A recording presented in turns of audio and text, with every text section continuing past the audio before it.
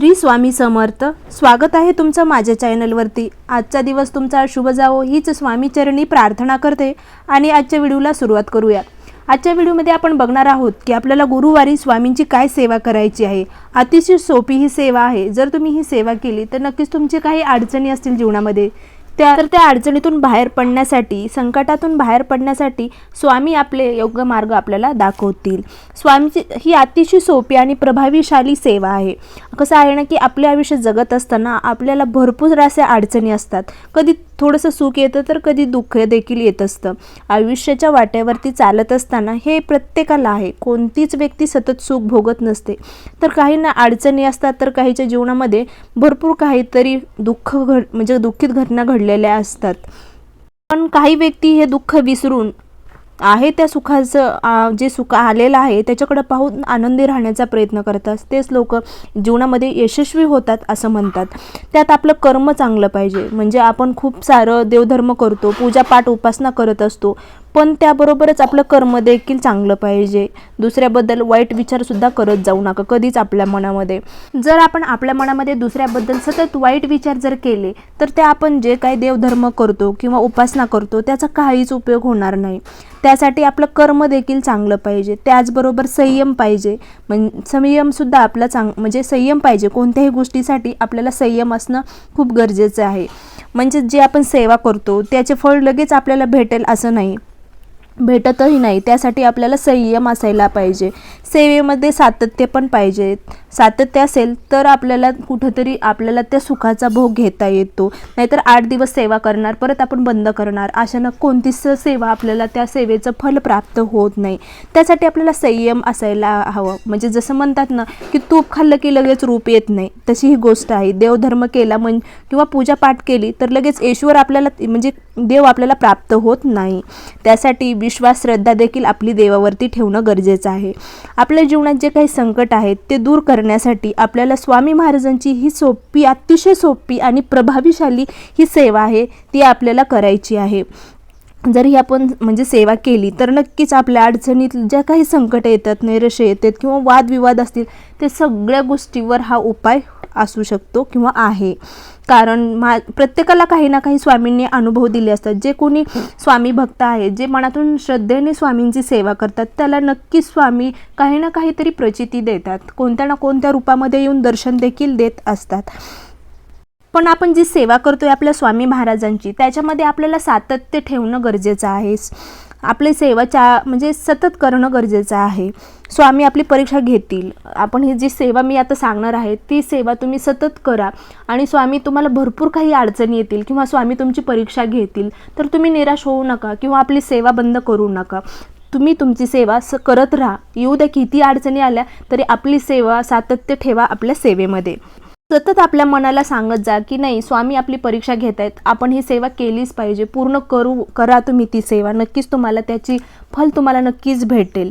आपल्या घरामध्ये साक्षात स्वामी म्हणजे स्वामी महाराज आहेत. आपल्याकडं ज्यांच्याकडे जे स्वामी भक्त आहेत त्यांच्याकडे मूर्ती किंवा फोटो असेल स्वामींचा तर असं म्हणता येईल की स्वामी साक्षात आपल्या घरामध्ये आहेत. मग आपल्याला इकडे तिकडे भटकण्याची काहीही गरज नाही. कारण आपले स्वामी महाराज अतिशय कृपाळू आणि दयाळू आहेत.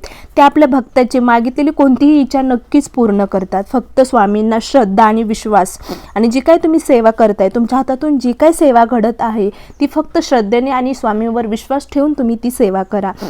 तर आपल्या घरामध्ये स्वामींचा फोटो तर असणं गरजेचंच आहे. तर आपल्या स्वामीसमोर बसून आपल्याला एक संकल्प करायचा आहे. आपल्या स्वामी महाराजांना आपल्या सगळ्या काही अडचणी आहेत, काही म्हणजे जे काही तुमच्या जीवनामध्ये अडचणी येत आहेत ते आपल्याला स्वामींना सांगायचे आहे.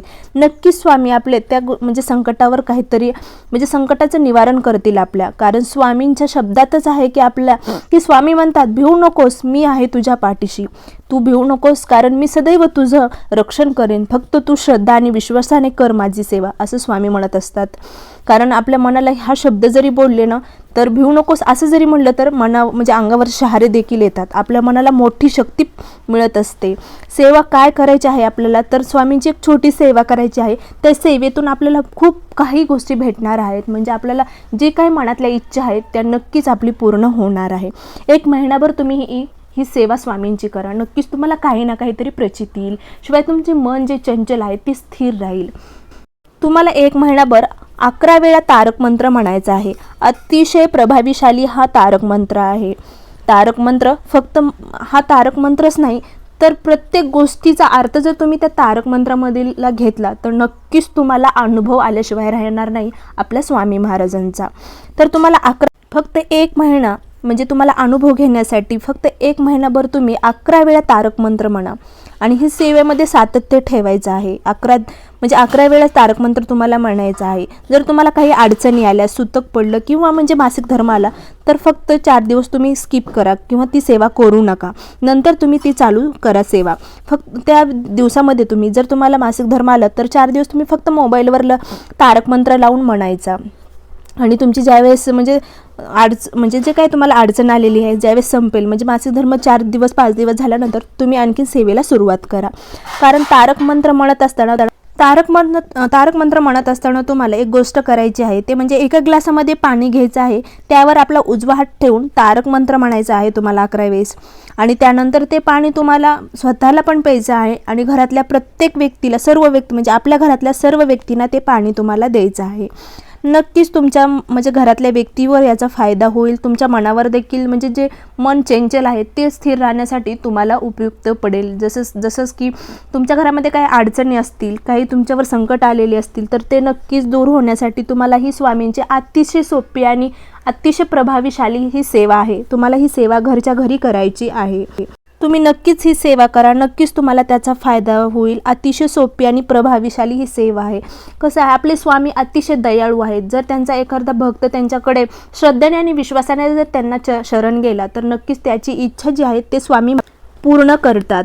ते कधीही त्यांच्या म्हणजे दरबारात जरी आपण गेलो तर ते रिकाम्या हाताने कधीच आपल्याला वापस पाठवत नाहीत. काही ना काहीतरी स्वामी आपल्या झोळीमध्ये टाकत असतात. मग ते आपल्या कर्मानुसार, आपल्या संयमानुसार, आपल्या श्रद्धेनुसार किंवा विश्वासानुसार ते आपल्याला फळ देत असतात. या प्रकारे आजचा व्हिडिओ होता. व्हिडिओ आवडला असेल तर नक्कीच लाईक करा, शेअर करा आणि सबस्क्राईब करायला मात्र विसरू नका.